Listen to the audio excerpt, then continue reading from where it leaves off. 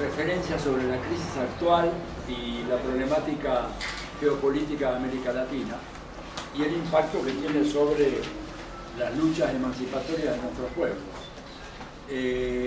Yo voy a, por dos razones, voy a hacer una especie de mix entre mi intervención oral, que ya estoy con la garganta al borde del colapso, pero tengo algunos materiales interesantes que ahora vamos a poner un videíto ahora, escuchame.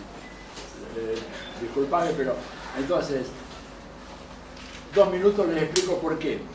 Primero, vamos a hablar sobre la crisis, ¿verdad? Entonces, hay un hermoso video que prepararon los compañeros en Inglaterra, en donde en un diálogo cómico, que en realidad es tragicómico, explican de una manera extraordinaria lo que es esta crisis, mejor de lo que podría hacerlo el más pintado profesor de teoría económica marxista, que la explican y además lo explican con un agudo sentido del humor.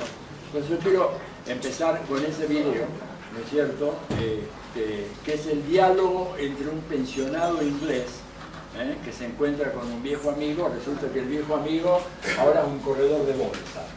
Y el tipo le explica cómo es toda esta historia. Y se la explica mejor realmente de lo que lo puede hacer el más brillante profesor de economía. Así que yo empezaría por ahí.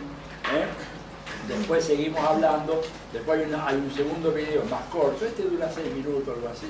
El segundo video en donde habla un corredor de bolsa de verdad, ya no es un cómico, en donde él dice cómo ve la crisis y la salida de la crisis. Y ahí es donde se tienen que ajustar los cinturones y prepararse para un vuelo muy turbulento, porque el tipo deschaba todo. Y después vamos a ver a través de una serie de mapas con animación, cómo es que ha ido evolucionando la economía mundial y el papel nuestro. El papel de América Latina, el papel de los recursos naturales, el saqueo de los recursos naturales. El tema que veíamos en el video, espléndido video introductorio, quiero felicitar a quienes lo hicieron, está buenísimo, ¿no es cierto? Ver todo el tema de las bases militares, del problema de la cacería de los recursos literales de América Latina, en que es el continente con mayores recursos naturales del planeta. Entonces, dicho esto, nos corremos un poquito para que vean. Things, let's say, was going along as normal in the market, and then suddenly out of the blue, one of these very sharp and sophisticated people says, "My God, something awful thing happened! We've lost everything! Oh my God, what are we going to do? What are we going to do? Shall I jump out of the window? Shall I jump out of the window? Let's all jump out of the window! Oh, sail! We've lost a sail! Sail! Yes, precisely. Yes. And then a few days later, this same sophisticated person said, you know, I think things are going rather well. And everybody said, actually, I agree with you. You know, I think we're rich. We're rich. We're rich. Bye. Yes. And that's what we call market sentiment. The big funds, the hedge funds, the institutions, they don't buy this rescue plan. They basically they know the market is toast. That much, having a fixed economy, having to fix the whole situation. Our job is to make money from it. And personally, I've been dreaming of this moment for 3 years. I have a confession, which is, I go to bed every night, I dream of another recession. I dream of another moment like this. Ya ven lo que dice. Lo que dice, los planes de rescate no van a funcionar. Esto lo dijo hace más o menos 3 años y pico. Y la verdad, los planes de rescate no funcionan. Fíjense que están haciendo plan tras plan y la crisis sigue su curso. Hoy en día podemos decir, sin temor a equivocarnos, de que la crisis económica general del capitalismo se ha extendido, es más profunda, ya lleva más de 4 años y no hay mayores indicaciones de que vaya a solucionarse en el corto plazo. O sea, tenemos que, como él dice, preparémonos, no tanto sobre lo que hacer con nuestros ahorros, si es que los tenemos, pero sí para una crisis de muy larga duración. Y dijo algo muy importante, además. Dijo, hay una creencia, una ilusión, dijo, de que los gobiernos rigen el mundo. Y dice, la verdad, el que gobierna el mundo es Goldman Sachs. Los gobiernos un poco uno puede colegir de lo que él dijo, tienen una importancia menor en el manejo de esta crisis. Los que realmente gobiernan son instituciones como Goldman Sachs, que no fueron elegidas por nadie, ¿verdad? Que no dan cuenta ante nadie, que no representan a nadie, pero son las que tienen el control fundamental de la situación en sus manos. Cuando la crisis se expande a Europa, la crisis comenzó, como se decía en el primer video, comenzó con estas hipotecas subprimes, ¿no es cierto?, en Estados Unidos. Pero esas hipotecas, ¿no es cierto?, subprime, fueron resultado de un fenómeno mucho más grande, mucho más estructural. El fenómeno estructural es el cambio en el patrón de acumulación del capitalismo, en donde el sector financiero ha pasado a tener el control del proceso de acumulación. Y esto es un fenómeno que se viene dando desde, digamos, mediados de la década de los 70, que avanza lentamente en ese momento, pero que en los 90 pega un enorme salto y se produce la financiarización de la economía. Esto fue facilitado porque en los años 90 el gobierno de Clinton en Estados Unidos avanzó en la desregulación total del sistema financiero y de las operaciones financieras que se llevaban a cabo en Estados Unidos. Hay dos nombres emblemáticos en todo eso, son los de un señor llamado Robert Rubin y otro señor llamado Lawrence Summers. Los dos fueron secretarios del Tesoro de Estados Unidos en la época de Clinton, y los dos llevaron adelante esta completa desregulación del sistema financiero. Antes de eso, antes de esa época, el sistema financiero no podía hacer la clase de operaciones que se explicaban en el primer video. No podían ir y entregarle a un vendedor de hipotecas la misión de repartir, digamos, préstamos truchos para con eso comprar casas a punto de derruirse, que supuestamente eran propiedad de una persona desempleada y que no tenía ingresos. Era absolutamente imposible. ¿Por qué? Porque cuando vino la Gran Depresión del 29 en Estados Unidos, que después se contagió a todo el mundo, se introdujeron una serie de regulaciones que restringían lo que los bancos podían hacer con su dinero. Ahora, ¿qué fue lo que cambió en el medio? Cambiaron varias cosas. Primero, cambió de que hasta el año 1973 el petróleo era probablemente el bien más barato del mercado internacional. Un barril de petróleo costaba $3. $3, ¿no es cierto? Y cuando se crea la OPEP, después de intensas presiones para que los países industrializados subieran el precio del petróleo, que estaba clavado en $3 desde hacía mucho tiempo, cuando se crea la OPEP, los países de la OPEP se ponen de acuerdo y ajustan el precio del petróleo y lo pasan de $3 a $12, ¿verdad? Y esto generó una conmoción mundial. ¿Por qué? Porque se cuadruplicó el precio del petróleo prácticamente de la noche a la mañana. Y eso significó, ¿no es cierto?, que había una presión muy fuerte de tipo inflacionaria, porque el petróleo es un componente importante, sobre todo en los países más desarrollados, menos en otros países, ¿verdad?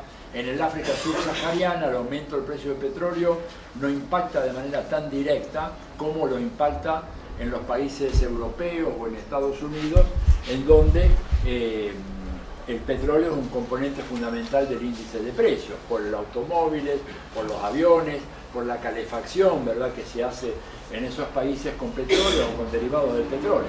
Bueno, y esto genera una situación muy peculiar. ¿Cuál es la situación? Un enorme aumento en la masa de dólares disponible en el sistema internacional, en el sistema financiero internacional. ¿Qué quiere decir esto? Que lo que antes se pagaba 3, ahora se paga 12, con un consumo constante y más bien con una tendencia creciente de petróleo, significó que de repente el mercado se inunda de dólares.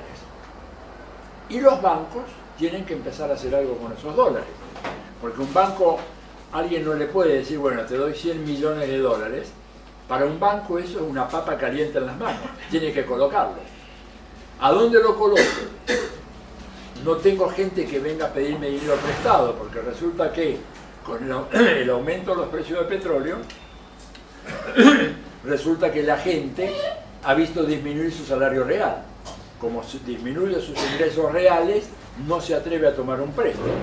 Por lo tanto, el banco se encuentra con una masa creciente de dinero que tiene que empezar a ser funcional.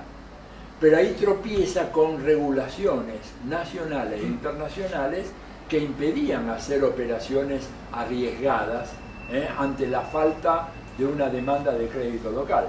Bueno, esto es la gran batalla que se empieza a librar en los años 70, a la segunda mitad de los 70, comienza a haber una apertura.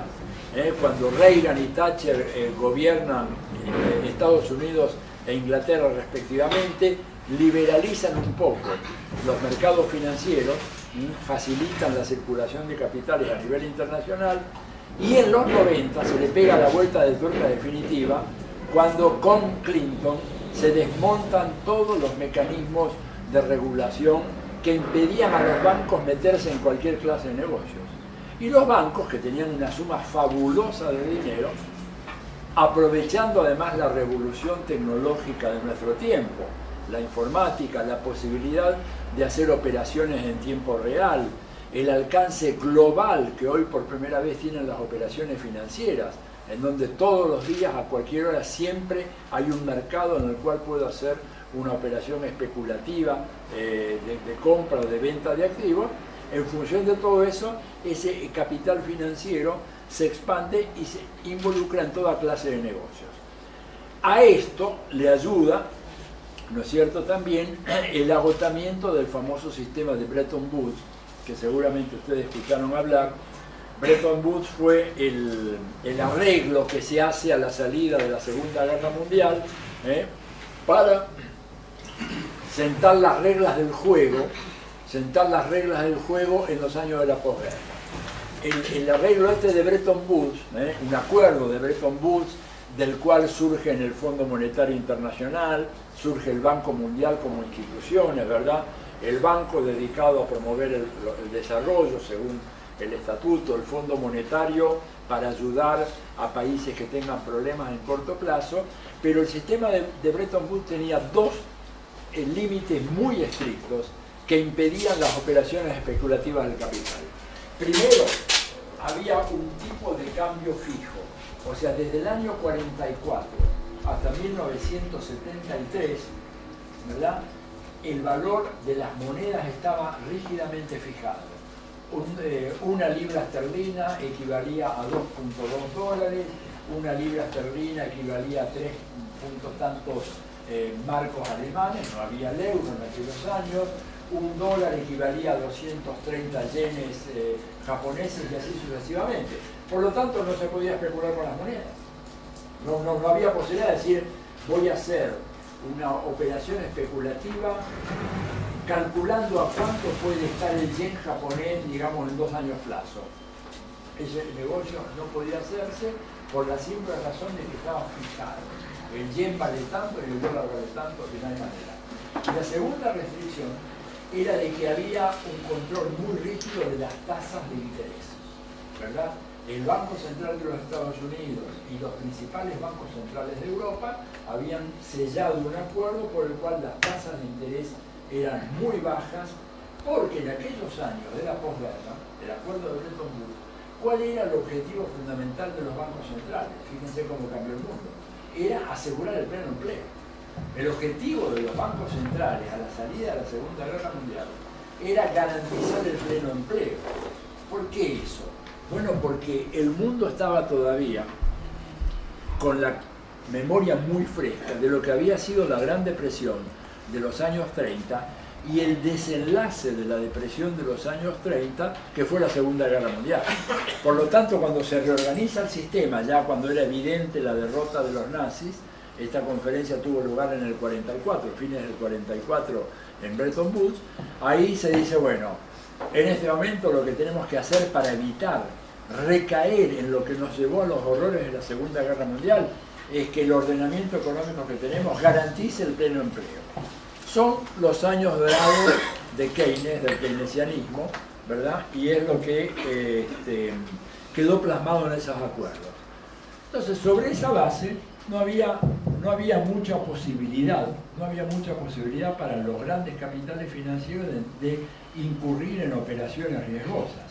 Es más, cuando uno mira, por ejemplo, la legislación norteamericana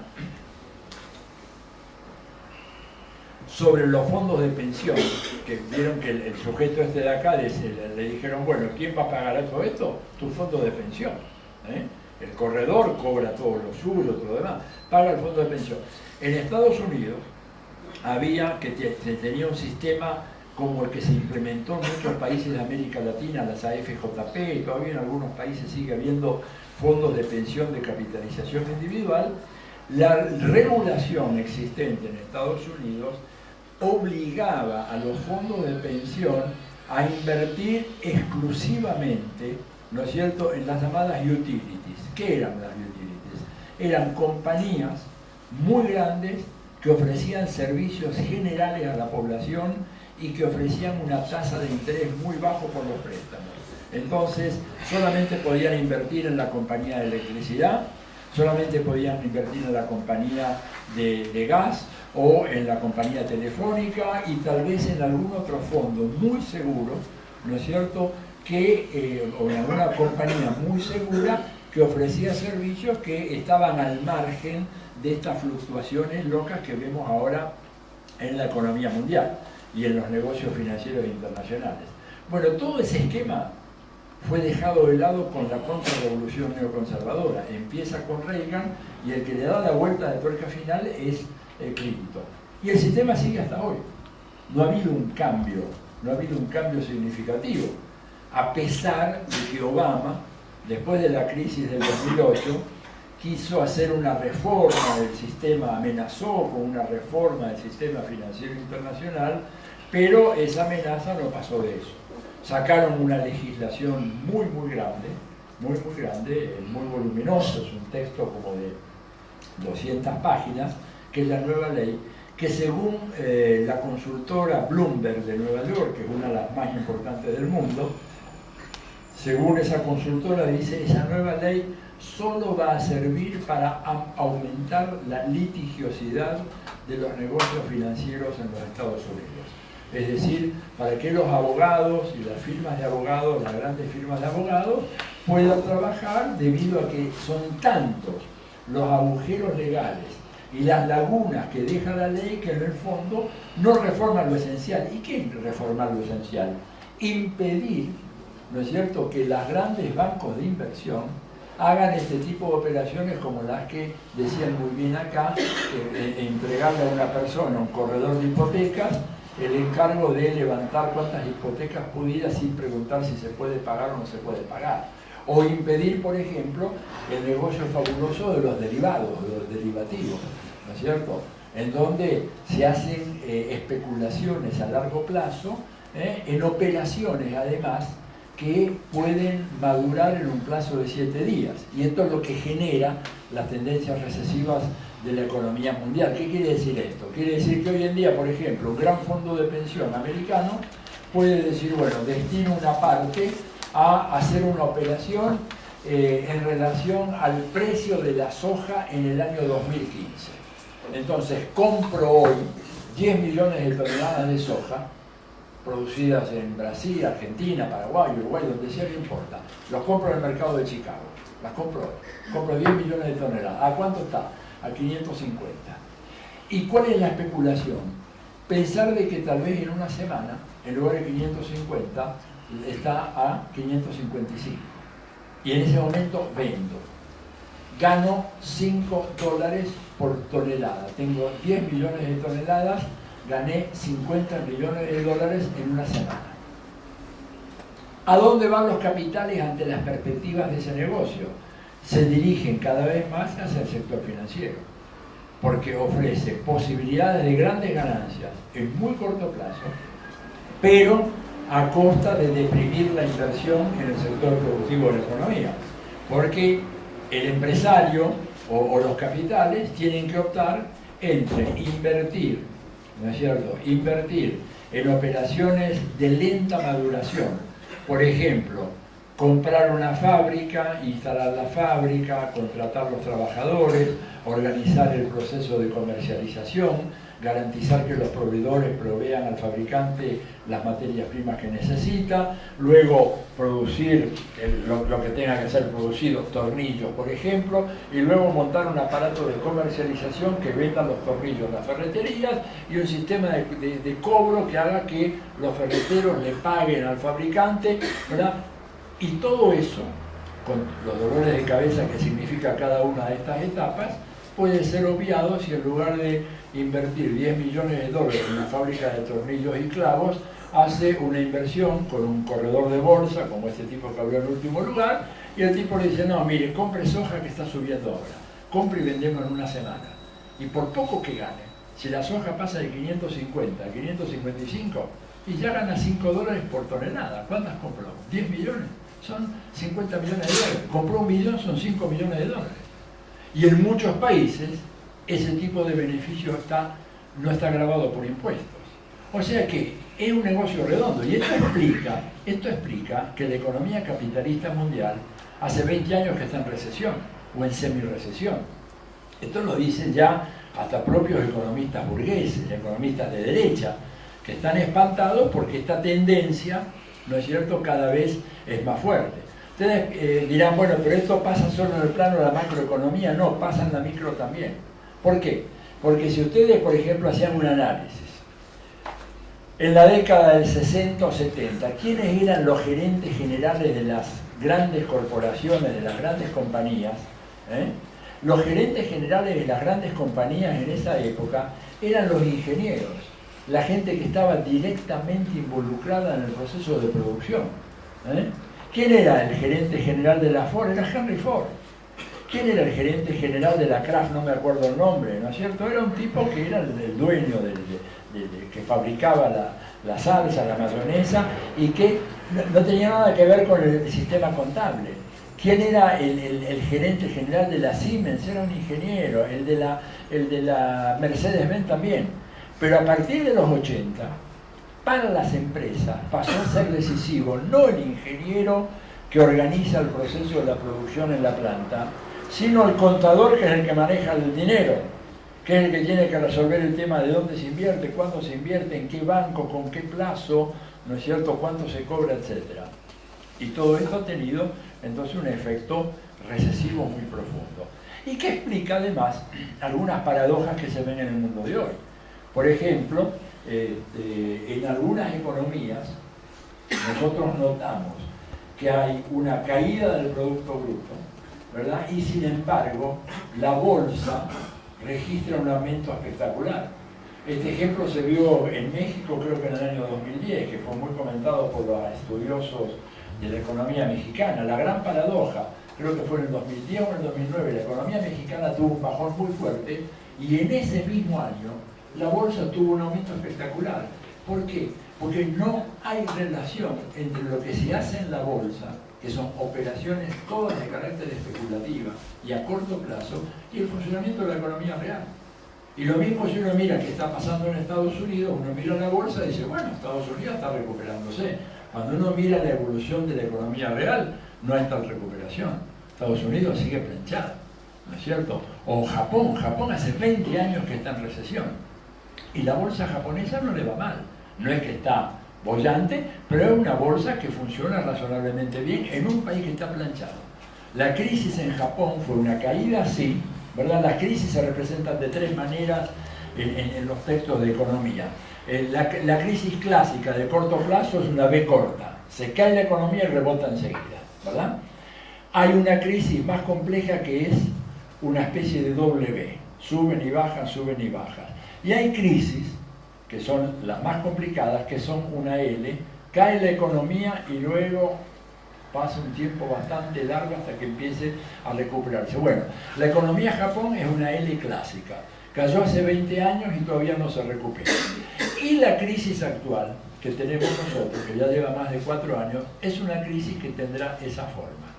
O sea, tenemos que estar preparados, no como decía el canalla este de la City de Londres, pero sí estar preparados para enfrentar un periodo largo de crisis general del capitalismo. Y esa crisis general del capitalismo va a implicar presiones sobre los gobiernos, presiones sobre la clase obrera, sobre los trabajadores. No es casual que en la última reunión de la OIT, ¿no es cierto?, la delegación patronal española hubiera propuesto en nombre de las patronales europeas que se considerase la abolición del derecho de huelga. Fíjense ustedes, así, abiertamente. Algunos de ustedes no lo pueden creer, lean lo que dijeron la patronal española en la reciente reunión de la OIT en Ginebra. Es hora de abolir el derecho de huelga, estamos en una situación excepcional y ese derecho de huelga conspira contra las posibilidades de salida de la crisis.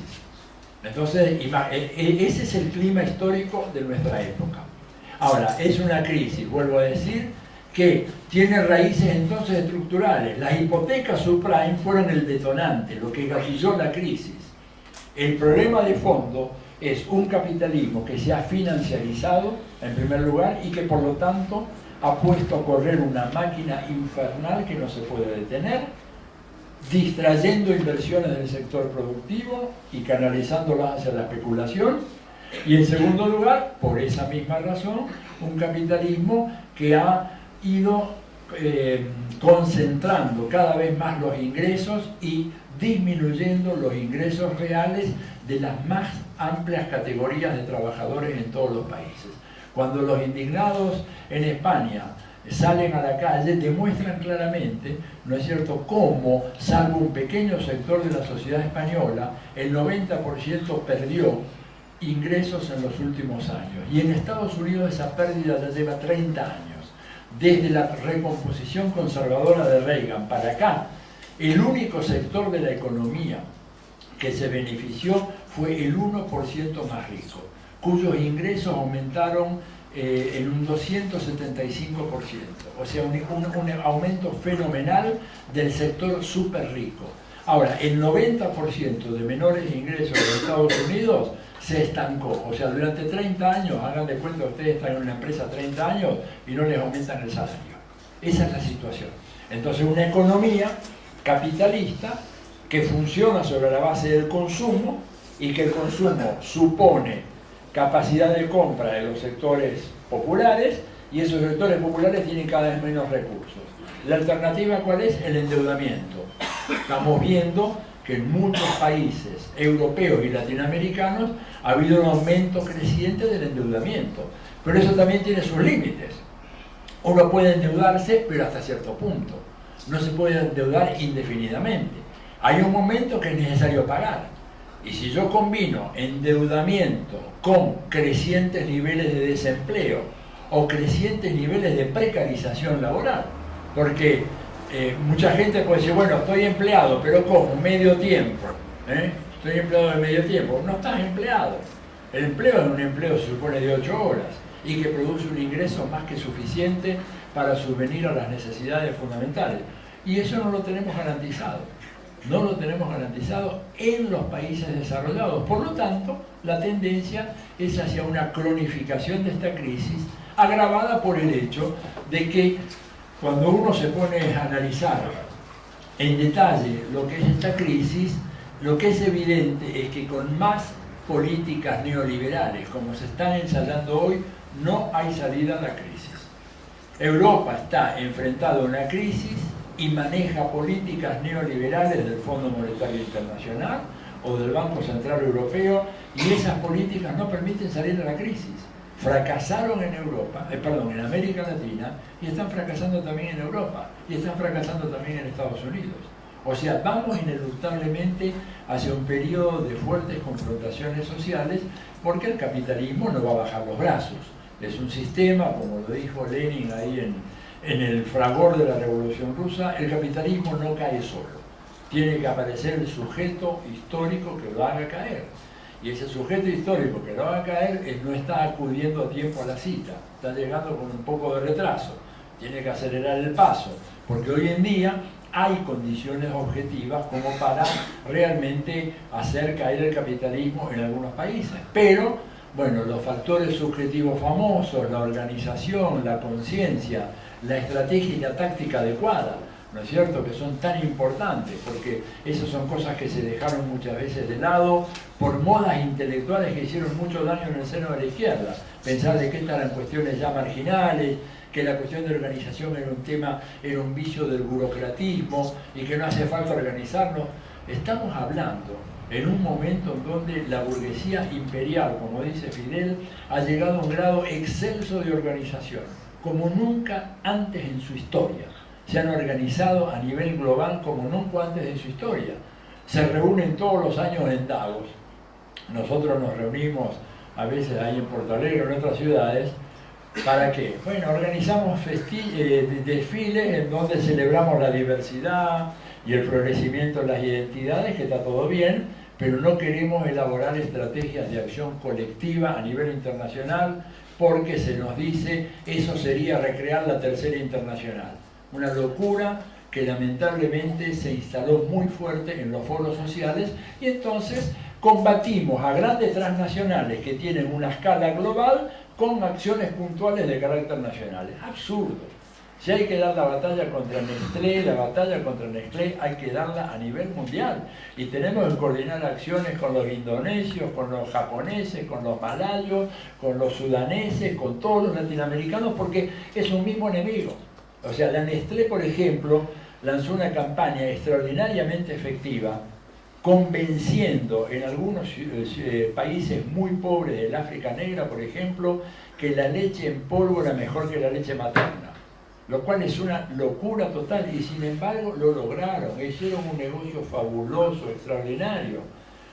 Pero ante eso no hubo una campaña mundial, digamos, de denunciar a Nestlé por esa falsificación que producían de los datos y que nos hacían ver como que la leche en polvo era mejor que la leche materna, y esto ha generado montones de problemas. Bueno, ¿qué nos falta? Bueno, nos falta establecer una estrategia unitaria en el campo del anticapitalismo. Necesitamos establecer una estrategia unitaria, una estrategia de conjunto para luchar contra un enemigo muy poderoso. Todo esto, ¿verdad? Este cuadro tan grave para el capitalismo, que no logran salir de la crisis, que se reúne el G20 y cada vez que se reúne vemos la profunda decepción porque nada pasa. Y nada pasa porque el capitalismo no está dispuesto a ceder absolutamente nada. O sea, si ceden algo es por presión. No van a ceder nada de ninguna manera. Río +20 fue una nueva demostración de que no van a ceder nada. En Durban, en Sudáfrica, fue evidente que no iban a ceder nada. En la OIT, en la reunión también que decía recién, lejos de no ceder, quieren acabar con el derecho de huelga. Entonces, lo único que puede darnos a nosotros una cierta capacidad de transformación es presionar muy fuertemente en contra de los poderes capitalistas, en contra de las empresas y en contra de los gobiernos que de alguna manera, algunos abiertamente, otros disimuladamente, apañan los intereses capitalistas. Y acá viene entonces la centralidad de América Latina en la crisis. ¿Por qué la centralidad de América Latina? Miren, lo dijo Ali Rodríguez, tuve la suerte de escucharlo cuando inauguró el mandato en Quito, hace poco más de una semana, en la UNASUR, cuando definió América Latina como el continente más rico del mundo en materia de recursos naturales, ¿verdad? Y ese es el nombre del juego, la gran carrera hacia los recursos naturales. Y América Latina tiene casi la mitad del agua dulce del planeta Tierra, en momentos en que hay 1.200 millones de personas en el planeta que no tienen acceso a agua potable y que la van a conseguir a través de distintos canales y a un costo enorme.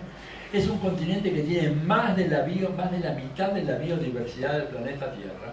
Y quien dice biodiversidad está diciendo bioingeniería, ingeniería genética, transgénicos, industria medicinal, ¿no es cierto? Medicinas populares que son captadas por los grandes laboratorios y que luego las codifican y las tenemos que comprar, ¿no es cierto? Como estamos teniendo que comprar ahora la soja, impusieron la soja transgénica. Y el problema es que esas hojas transgénicas desalojan a la otra, me estaban explicando. No es que uno puede tener la soja tradicional. Plantaste la soja transgénica, luego no podés plantar la otra ya no te sirve, no te da las semillas. Entonces, esta es la gran cacería que tiene lugar en el corazón sudamericano, en la gran cuenca amazónica y subamazónica donde se encuentra esta riqueza. América Latina alberga en su seno 7 de los 10 países mineros más importantes del mundo. En el momento en que, como decía un general de 4 estrellas de los Estados Unidos, en un discurso, en una audiencia ante el Senado de ese país, la defensa de los Estados Unidos, la seguridad nacional norteamericana y el modo de vida, esto para los civiles, el modo de vida de los americanos, depende de un conjunto de minerales estratégicos que no tenemos en Estados Unidos y que debemos importar. En algunos casos debemos importar el 100% de esos minerales. Y de esos grandes países mineros que tienen esos minerales especiales, no otros, 7 de los 10 más importantes están en América Latina. Imagínense la importancia. Agua, minerales estratégicos, biodiversidad, petróleo, ¿verdad? Petróleo. Según el último anuario de la OPEP, ¿verdad? Venezuela tiene certificado las mayores reservas petroleras del planeta. Desplazó Venezuela a Arabia Saudita, según el informe de la OPEP. Es un informe que hace la OPEP, no lo hace el gobierno venezolano. Reservas certificadas, probadas de petróleo, por primera vez Venezuela desplaza a Arabia Saudita. Y aparece ahora también Brasil con reservas muy importantes en el presal brasileño. Entonces, hoy en día el tema fundamental es la carrera hacia los recursos. Yo acá sí quisiera mostrar un par de mapitas, puede ser, tenemos posibilidad, incluso por ahí sin apagar la luz puede ser. Y el técnico está por ahí. Ah, no tenemos técnico. Si no tenemos técnico, prendan la luz mientras tanto, mientras diga. Por eso hoy el nombre del juego es la cacería de los recursos naturales. Los recursos naturales han pasado a tener un carácter extraordinario, por eso los precios de los productos naturales. Ustedes recordarán que por ahí hace 10, 15 años se hablaba de que los precios de los productos elaborados eran más caros y tendían a crecer más que los productos naturales. Hoy en día alguien hizo un cálculo, no me acuerdo con qué producto, pero típico de América Latina, no sé si eran, no sé qué era, si soja o no, él calculaba el peso, decía cuánto pesa un Mercedes-Benz, y decía, bueno, pesa más o menos 1.300 kilos. Bueno, qué sé yo, 1.300 kilos de algunos de los materiales, de los minerales que salen de América Latina, es mucho más caro que un Mercedes-Benz. Inclusive este hombre hizo este cálculo. ¿Qué pasó? ¿Eh? El imperialismo está fíjense una cosa, calculen lo siguiente. A ver, ¿saben a cuánto se vende un kilo de carne vacuna en los super? Este era el cálculo que hizo también. Hizo primero con minerales y le daba minerales latinoamericanos, varían más con Mercedes-Benz. ¿Cuánto vale un kilo de carne vacuna en los supermercados de Tokio? ¿Cuánto calculan que se puede pagar por eso? Digan un número. Caro, ¿eh? No digan, ¿eh? $100. ¿Alguien más? ¿La más? Vamos, digan. A ver, La Pampa, ¿qué dice? ¿A cuánto? 150. ¿Alguien da más? ¿Cuánto? 200. Equivocado. $400. Yo lo fotografié porque no lo podía creer. Está a $40 los 100 gramos de carne vacuna. Y el kilo, $400. Calculen, digamos, cuántos kilos, un kilo, o sea, 500 kilos de vacuno, por ahí te dan el precio que tiene un Mercedes-Benz o un auto. Una locura, una locura. Esto se llama cacería de los recursos naturales. Y entonces ahora vamos a ver dos cosas. Mira, el tamaño de los países es una representación del subproducto bruto. O sea, a la salida de la Segunda Guerra Mundial, cuando ya se había producido la recuperación europea, ¿no es cierto? ¿Qué teníamos? Teníamos allá Estados Unidos y Alaska, fíjense las dimensiones fenomenales, ¿no es cierto? Teníamos Europa, ¿qué tenemos acá? Tenemos Alemania, Países Bajos, Francia, Italia, la bota ahí media deformada por España y Portugal muy chiquitas todavía, e Italia muy grande, Francia, Gran Bretaña, países escandinavos, Suecia. Esta era la Unión Soviética, ¿no es cierto? Y esta grande de acá es Japón. Japón. Esto era China, Corea del Sur y Taiwán, y la India. Y esto es África, a la salida, cuando inicia el proceso de descolonización. Y acá tenemos a nuestra América Latina, ¿verdad? Bueno, este era el mundo de aquella época. Pásame ahora a la lámina de 1990, por favor. 1990.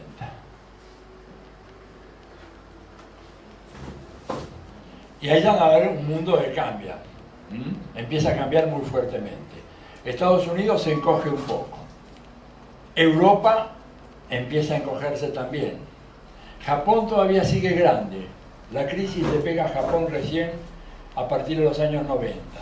China empieza a moverse un poco, no mucho todavía, ¿no es cierto? Corea del Sur y Taiwán siguen más o menos iguales. India incluso tiene hasta una cierta disminución. Y América Latina más o menos conserva su fisonomía anterior. Este es el mundo en el cual arranca la globalización. Y ahora poneme la lámina del mundo del 2015, el mundo estimado que ya se ese, ¿no es cierto? En función de las estadísticas de hoy. Y van a ver el cambio. Este es el mundo de hoy. Este es el mundo de hoy. Para entender por qué el sistema de Naciones Unidas ya no tiene nada que ver con el mundo real, es porque fíjense lo que hoy es China. Fíjense lo que es Corea del Sur, lo que es Taiwán. Fíjense cómo se redujo Japón. Europa, encogiéndose aceleradamente. África subsahariana al borde de la desaparición, lo único que le queda acá es Sudáfrica. El resto, pobre África, está liquidada. La liquidaron, la destruyeron. África está destruida, ¿no es cierto? América Latina más o menos se ha venido manteniendo, pero Estados Unidos sigue teniendo mucho peso, pero ya para el 2015 China va a ser mucho más importante. Y la India está en un proceso de rápido crecimiento que también la va a llevar a tener una dimensión parecida a la que tiene China. Es decir, el mundo cambió en 50 años, 60 años de una manera extraordinaria. En dirección hacia el centro de gravedad de la economía mundial, que antes estaba acá, en el Atlántico Norte, se desplazó y ahora está en Asia-Pacífico. Y esto plantea una serie de problemas geopolíticos de enorme importancia. Bueno, saca esto y vamos ahora al mapa, anda para atrás, perdón, más para, a ver, no, volver acá, a Chaco Bolívar, y acá abrime ese mapa, geopolítico. Ese. Abrime. Y dale un clic para centrar en América Latina. Ahí está, bueno, ok. Acá estamos ahora, tenemos nuestra América en el contexto de los mapas que vimos anteriormente. Por favor, abrime donde dice recursos, ahí, y poneme ríos y acuíferos. Bueno, esto para empezar a mostrar qué es lo que tenemos en la región. Ríos y acuíferos importantísimos, ¿no es cierto?, en un mundo sediento de agua. Recuerden 1.200 millones de personas que no tienen agua.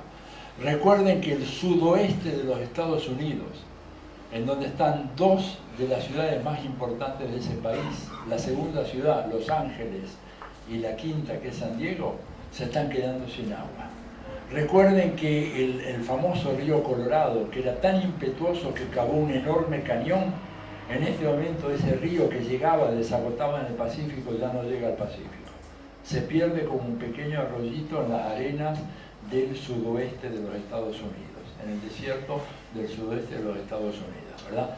Y nosotros tenemos toda esa agua, agua superficial y agua de los acuíferos, el acuífero guaraní, que también comprende toda esta zona, el sur, centro-sur de Brasil, Paraguay, norte de Argentina, de Uruguay, etc. Bueno, poner los minerales ahora. Ahí. Minerales, marcar. Y ahí ven un poco, no, ahí está.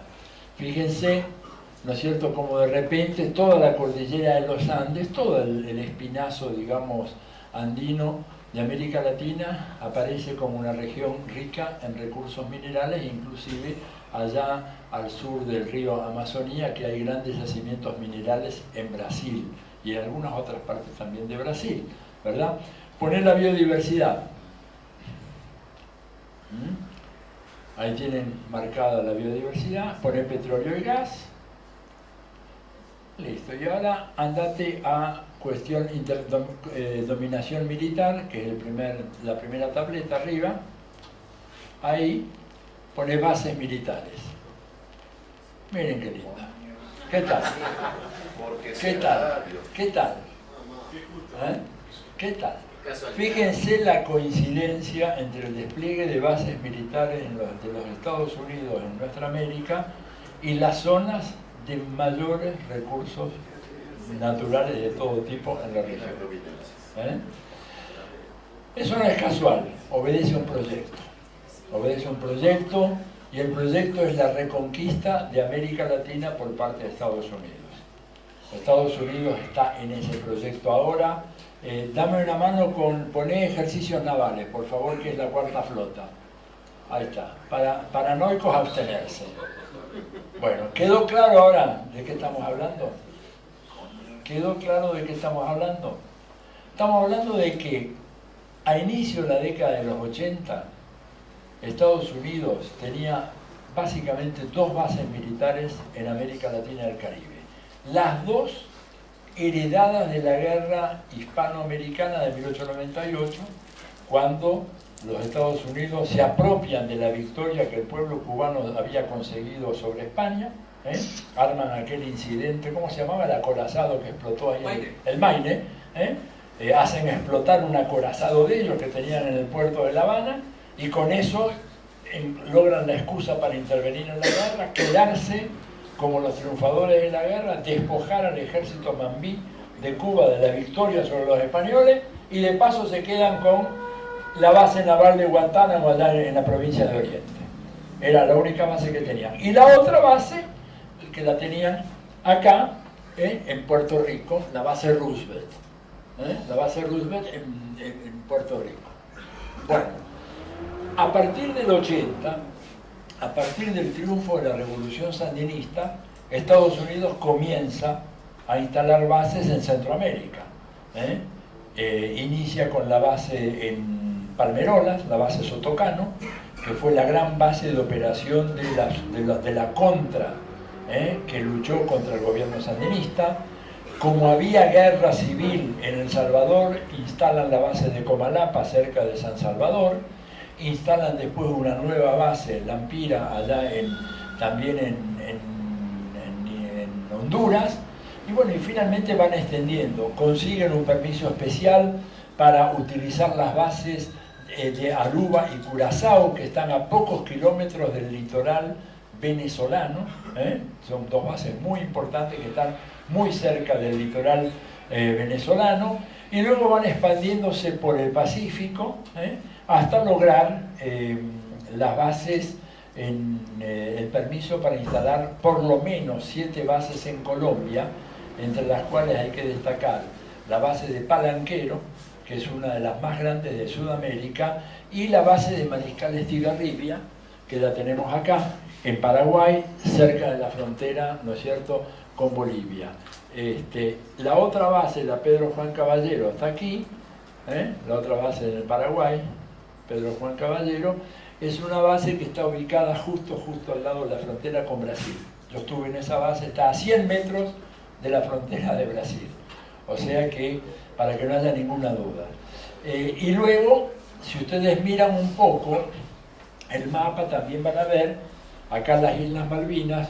Todavía en este mapa, que hay que actualizarlo, no lo habíamos puesto, ¿verdad? Este mapa lo hizo Ana Esther Cesenia con un grupo de trabajo de la Universidad Nacional Autónoma de México y algunos colaboradores externos, como mi caso. Acá hay una base muy importante de la OTAN, Y acá hay una base, ¿no es cierto?, en medio del océano, con lo que está a unos 5 días de navegación de Fortaleza o de Natal, alguno de los puertos brasileños de por ahí, y acá se ubica el presal, ¿no es cierto? O sea que el presal está controlado desde la isla Ascensión, por el sur desde Malvinas, ¿no es cierto?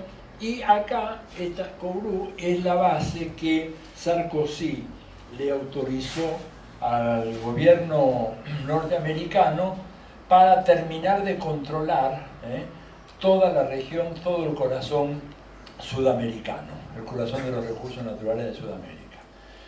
Y este, digamos, un poco el esquema geopolítico con el que se mueve Estados Unidos y que tiene por objetivo asegurar el control excluyente de los recursos naturales inmensos que tiene América Latina para los Estados Unidos.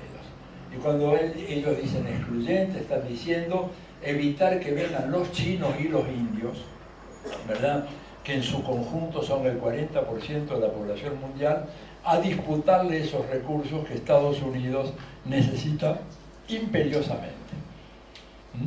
Una cosa es que venga un pequeño país europeo a buscar petróleo, supónganse que venga Holanda o Suecia con sus 8 millones de habitantes, y otra cosa que venga la China con 1.350 millones de chinos a buscar petróleo, porque lo que se van a sacar de ahí va a ser una cantidad inmensa.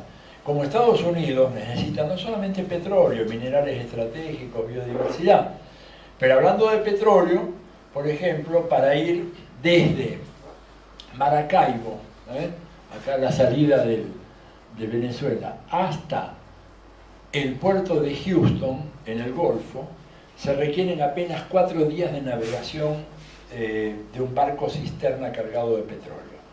Para venir desde el Golfo Pérsico, allá arriba de todo, ¿no es cierto?, donde termina el mapa, en el ángulo superior derecho, y dar toda la vuelta por acá, volver a remontar el Atlántico y llegar hasta Houston, se requieren 35 días de navegación. Un petróleo que sale mucho más caro, que en condiciones mucho más inciertas, porque la región del Golfo Pérsico es un polvorín que puede estallar en cualquier momento.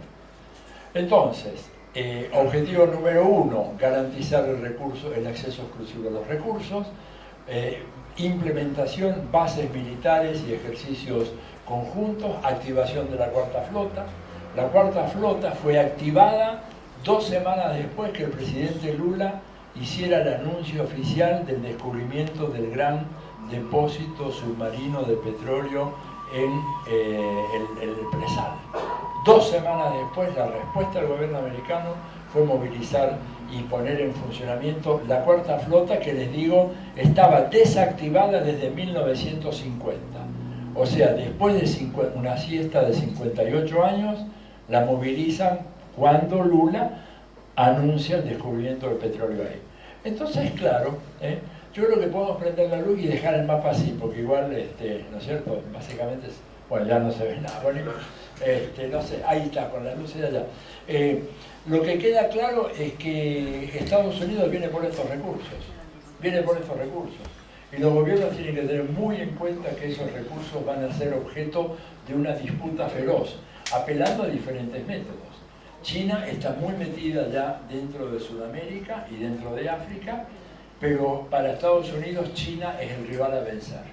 En todos los textos militares norteamericanos hoy, China aparece como el gran rival a vencer. Y esto explica, digamos, por qué la presión que sufren los gobiernos en América Latina ante la creciente presencia comercial, diplomática de China y de otros países en la región. Bueno, en otras palabras, la resolución de la crisis, ellos la están pensando a partir de la apropiación monopólica de nuestros recursos. Y nosotros tenemos que hacer una política de defensa estricta e intransigente de los recursos naturales de América Latina, que deben servir para nuestros pueblos, y no para alimentar un patrón de consumo irracional, despilfarrador, como es el que propone el capitalismo. Entonces, eso obviamente nos tiene que llevar a pensar de que si ha habido tal expansión de las bases militares, esas bases militares en algún momento van a ser utilizadas. Lo que podemos estar seguros es que Estados Unidos no ha instalado las bases militares ahí simplemente para observar el vuelo de los pájaros. Esas bases militares casi invariablemente aparecen como bases de ayuda humanitaria. Acá tuvimos la experiencia del Chaco reciente, y fíjense, yo creo, y tal vez si hay compañeros paraguayos acá me pueden ilustrar al respecto, yo creo que la gran movilización popular que obligó a paralizar por ahora al menos el tema de la base en Resistencia precipitó el golpe militar en Paraguay. Porque Estados Unidos necesita garantizar el control sur del acuífero guaraní. Tiene que tener ese lugar, lo tiene que tener perfectamente controlado. Y creo que la base que pensaban instalar en Resistencia tenía por objetivo crear las condiciones para tener una presencia determinante en el extremo sur del acuífero guaraní. Le salió mal, y ¿qué hicieron? Bueno, entonces bueno, vamos con todo por Paraguay, porque ahí ya tenemos base, pero no tenemos un presidente incondicional nuestro. Ahora lo tienen. Fíjense que no es casual que en el primer discurso público que hizo Franco, dijo que garantizó que el Senado paraguayo no iba a revisar su política de veto al ingreso de Venezuela al Mercosur. Fíjense ustedes con los problemas sociales que tiene el Paraguay, que el presidente en la primera alocución pública tuviera que garantizar eso ante quiénes, ante sus mandantes, ante la embajada americana, ¿no es cierto? Por eso salió a decir aquello. O sea que estamos en una ofensiva muy fuerte del imperio. El imperio quiere recuperar el control de nuestros países. La derrota del ALCA fue una derrota que ellos no han digerido, que están buscando la manera de poder neutralizar sus impactos, firmando tratados de libre comercio bilaterales. No es lo que prefieren. Ellos prefieren una integración continental bajo el mando, ¿no es cierto?, de un proyecto como el ALCA. No les ha salido, pero entonces ahora están armando la Alianza del Pacífico para aislar a Correa en el Ecuador, ¿no es cierto?, hacer una alianza entre México, Colombia, Perú y Chile, con lo cual el litoral pacífico, salvo Ecuador, está bajo control americano. El litoral atlántico por ahora lo tenemos nosotros, pero hay que estar preparados. Sería una ingenuidad pensar de que Estados Unidos se va a quedar solo sobre el Atlántico. Van a querer sobre el Pacífico, van a querer el Atlántico también. Pero bueno, ahí Venezuela, Brasil, Uruguay y Argentina son huesos más duros de roer. Pero en el Pacífico prácticamente lo tienen dominado. Lo tienen a Correa aislado en el Ecuador, Colombia arriba, Perú abajo, Chile más abajo, y más arriba lo tienen a México. Y en Centroamérica, ¿verdad?, gobiernan países que están bajo el total dominio norteamericano. Costa Rica, por ejemplo. La presidenta de Costa Rica, Laura Chinchilla, fue durante años funcionaria del Departamento de Estado de los Estados Unidos, de la Agencia de Cooperación Internacional, de la USAID, ¿no es cierto? El gobierno de Guatemala, recién cambiado, un gobierno de derecha radical, proamericano. Mauricio Funes ha resultado una gran decepción, que era lo que no es una sorpresa. Honduras han impuesto un gobernante después del golpe militar. O sea, Estados Unidos viene por todo. Nosotros fuimos testigos en la primera década del siglo de una gran ofensiva antiimperialista, cuya máxima expresión fue la derrota del ALCA. Eso produjo una cierta perplejidad en Estados Unidos. La verdad que quedó groggy, hablando en términos boxísticos, Estados Unidos. Eso fue en el 95. Pero rápidamente volvió a las andadas. ¿Qué hizo Estados Unidos? Derrotado en el ALCA, en el 2006 comienzan a negociar un tratado de libre comercio con Colombia. En el 2008 intentan un golpe militar contra Evo en Bolivia. En el 2009 se lo sacan de encima a Zelaya. En el 2010, tentativa de golpe contra el Correa en Ecuador. En el 2012 imponen su hombre en Paraguay. Pero, más claro, echémosle agua. Por eso el antiimperialismo hoy es una consigna absolutamente fundamental. Y como decía el Che, no se le puede conceder ni creer un tantito así. Todo lo que pueda decir el imperialismo y sus agentes son simplemente maniobras dilatorias que ocultan esta realidad, y que al ocultar esta realidad nos confunden porque de repente no tenemos clara la visión del enemigo. Bueno, yo dejaría acá si tenemos tiempo para que haya, no sé si hay tiempo para un intercambio de preguntas, respuestas, no sé, ¿puede ser? No sé, los organizadores. Pablo, ¿qué dices de Pablo? ¿Sí? Bueno, listo, entonces prendemos la luz si quieren o no, no sé, si quieren ver.